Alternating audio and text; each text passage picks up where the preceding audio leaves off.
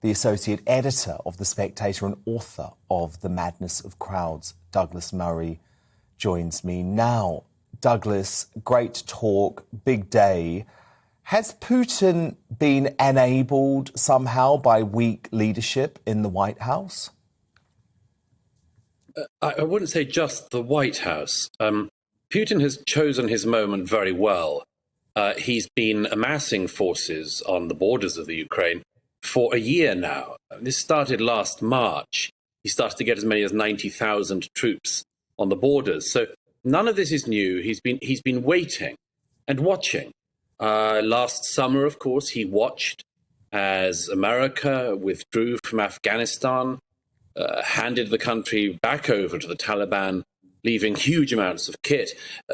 Vladimir Putin well remembers the Soviet scurrying from Afghanistan, and he knew that it heralded Soviet weakness at the time in the 1980s. And he knew that the American scurry, the NATO scurry from Afghanistan, also heralded weakness. He knows one thing above all, which is that the West is deeply fearful of war. He's correct. The West is fearful of war for very good reason. But that calculation by him means that he knows all the time that he can take a little bit more and a little bit more and a little bit more. That's what he did in 2008 in South Ossetia. That's what he did 8 years ago with the Crimea. And it's what he's trying to do now.